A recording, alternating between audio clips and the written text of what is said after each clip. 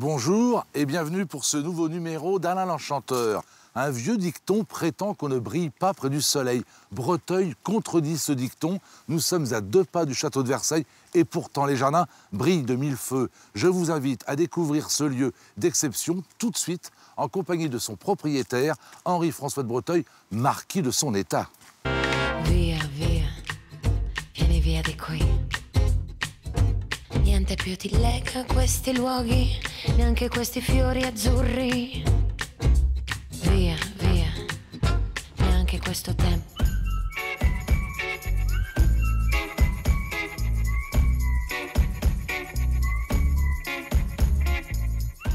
Bonjour Henri-François. Bonjour mon cher Alain. Merci infiniment de nous accueillir devant votre château superbe. C'est une joie. En 2 mots, Breteuil, c'est quelle grandeur, c'est quelle époque? Alors Breteuil, c'est le château est construit sous Henri IV en 1605-1606. L'intérieur est 18e. Le parc a 75 hectares et les jardins sont influencés par le 18e et également le 19e avec le jardin à la française. J'ai hâte que vous me montriez ce jardin à la française qui est, je crois, votre fierté. Et je suis ravi de vous y emmener. Eh bien, allons-y.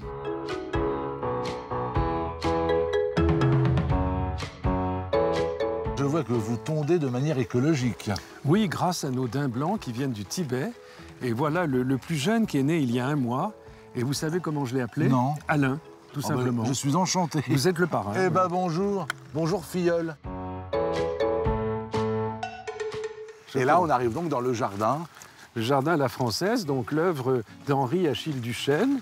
Mon grand-père leur a commandé ce jardin vers 1895-96. Il l'a inauguré à l'été 1900. L'avantage de ce jardin, c'est que nous sommes dans le vrai jardin à la française, à savoir que même en hiver, il ne change pas. Il ne change pas. Parce que les buis sont à feuilles persistantes, Oui, tout comme sûr, les ifs. oui. Alors moi, ce qui me fascine, ce sont les ifs, parce que les ifs contiennent des substances antitumorales. Aujourd'hui, on utilise la feuille d'if pour les médicaments qui vont lutter contre le cancer, alors que tout l'if est toxique.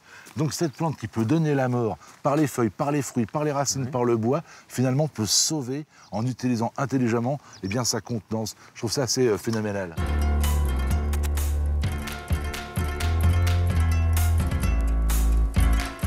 Alors cette perspective que nous voyons est parfaitement illustre, je dirais, parce que c'est le cœur du parc naturel régional de la Haute-Vallée de Chevreuse. Ce qui explique donc le silence qui nous entoure. Aucun élément moderne ne vient polluer cette vision. Mais en plus, pas un bruit, pas un avion, pas un bruit de moteur. On est vraiment ici au 18e. En 18e, en pleine nature. Oh, la prochaine fois, je viens en costume, c'est mon rêve. Ah ben absolument. En marquis. Et en perruque aussi. En perruque, poudré.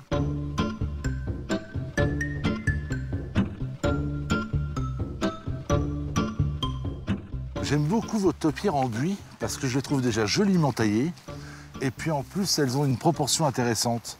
Alors l'occasion de rappeler quand on a des buis de cette qualité qu'il ne faut pas les tailler n'importe quand, on les taille 2 fois l'an, au printemps et à l'automne et surtout jamais en période de gel. Si vous coupez cet arbuste quand il gèle, l'extrémité des feuilles va jaunir, va sécher et l'aspect sera extrêmement disgracieux. Quand on les taille en temps normal, et c'est le cas, eh bien on a affaire à vraiment des boules absolument parfaites. Et une boule comme ça peut s'obtenir à peu près en 50 ans. Question de patience, tout simplement.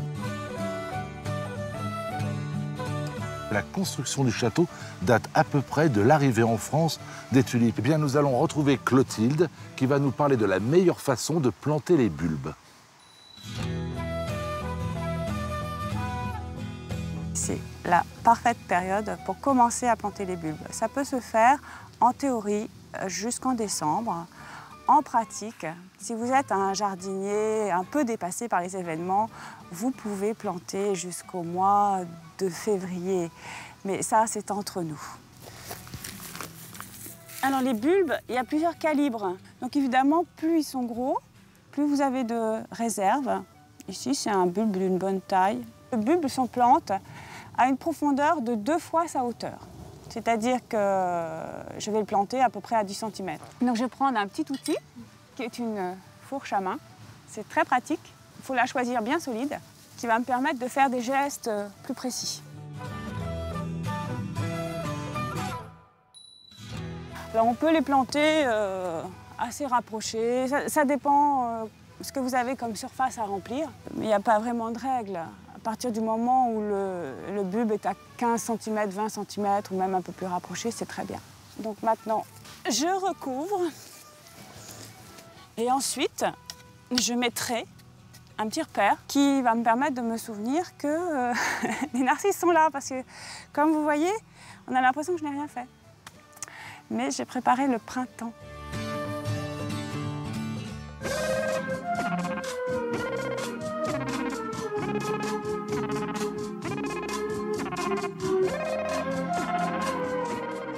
Le point de vue que nous avons d'ici est absolument phénoménal.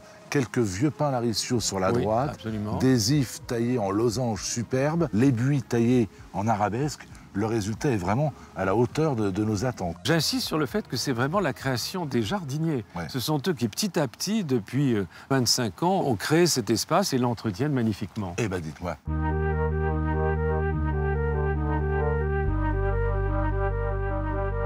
Cher Alain, on voit que les cyclamènes ici sont un peu envahis par les fougères. Est-ce qu'il ne faudrait pas tailler un peu ces fougères pour que les cyclamènes retrouvent ces taches roses unies? Alors juste une question, Henri-François. Depuis combien de temps sont-ils ici?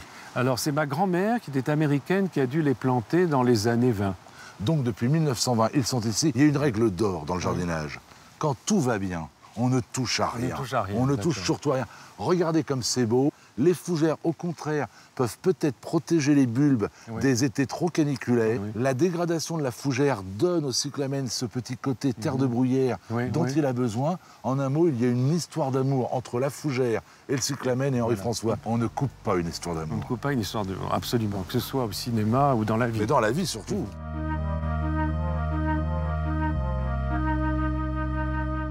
Eh bien, on arrive vers cette petite grotte qui est presque une fabrique et qui va cacher, dissimuler aux yeux des visiteurs, une glacière.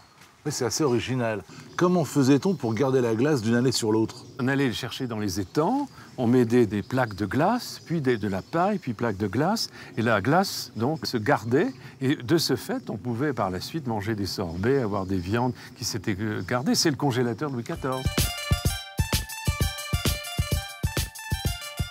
Eh bien, nous voilà dans le Jardin des Princes, qui est nommé ainsi à cause des princes de Galles, qui venaient souvent à Breteuil et qui venaient se promener dans ce jardin, qui était autrefois un potager-verger et qui maintenant est un jardin de fruits toujours, mais aussi de plantes vivaces. Donc le jardin se transforme et finalement garde l'esprit. Il garde l'esprit et là, nous sommes sous la pergola. Plus beaucoup de roses, malheureusement, mais ça reviendra.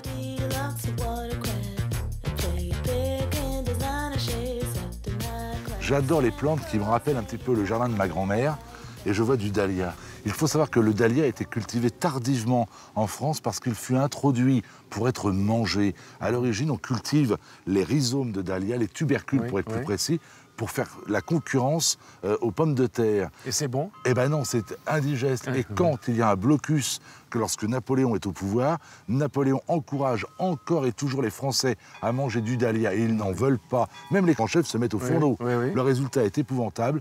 Heureusement, les jardiniers récupèrent la plante, la cultivent, créent en 1805, je connais la date, le premier dahlia blanc. Et nous avons la chance d'avoir dans ce jardin une spécialiste de la fleur.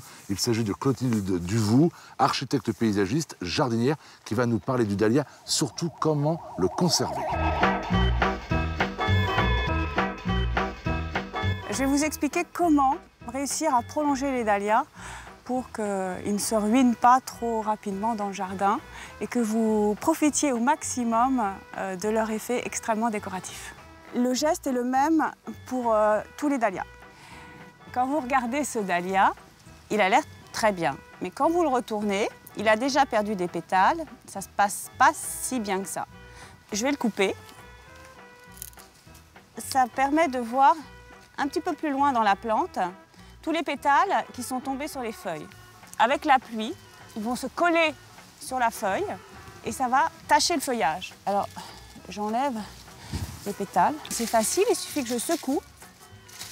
Ce qui est intéressant aussi dans le dahlia, c'est que quand vous coupez les fleurs fanées régulièrement, il en apparaît d'autres. Pour savoir jusqu'où couper, en fait, il faut redescendre jusqu'à la fleur précédente. C'est-à-dire qu'ici, tous les pétales sont tombés. C'est l'ancienne fleur. Là, c'est la nouvelle. Elle est prête à s'ouvrir. Je descends avec mon sécateur jusqu'à l'intersection où il y a eu les deux nouvelles pousses. Quand ça, tout ça sera fané, je descendrai encore plus bas. Donc en fait, c'est sans fin tant qu'il fait chaud. Et puis un jour, le froid arrive, un coup de gel, et à ce moment-là, il faut opérer à la sortie des tubercules de dahlia pour les protéger et les rentrer pour l'hiver.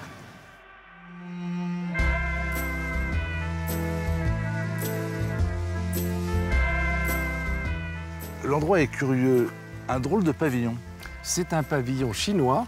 Et pourquoi un pavillon chinois? Eh bien, parce qu'au XVIIIe siècle, c'était la mode, notamment sous Louis XVI, Marie-Antoinette, les belles propriétés avaient un pavillon chinois. Et le labyrinthe, nous l'avons planté pour le nouveau millénaire, Oui. donc pour l'an 2000, un labyrinthe aux 1000 buis. Il y avait un labyrinthe au XVIIIe siècle, on appelait ça un bosquet chimérique. C'est joli comme C'est terme. joli, mais dans ce bosquet chimérique, on ne se perd pas. Le bosquet chimérique, ne serait-ce pas un bosquet pour rendez-vous galant?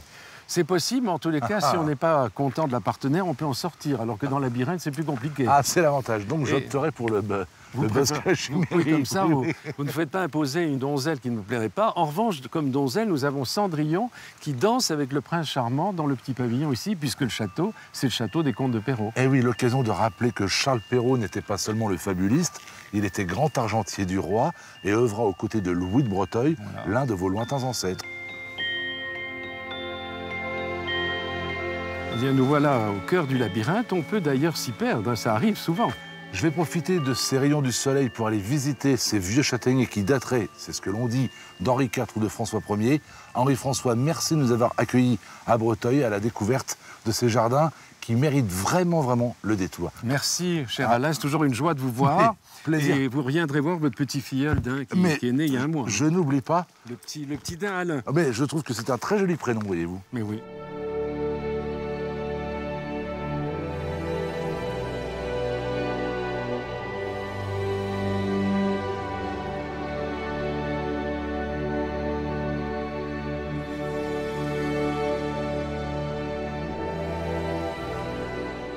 Si vous aussi vous venez à Breteuil, n'oubliez pas avant de quitter les jardins de venir saluer ces vieux châtaigniers. Il y en a beaucoup. Ils sont âgés de 450-500 ans. Ils ont une histoire extraordinaire et ont connu Louis XIV, Louis XIII, voire François Ier. Respect.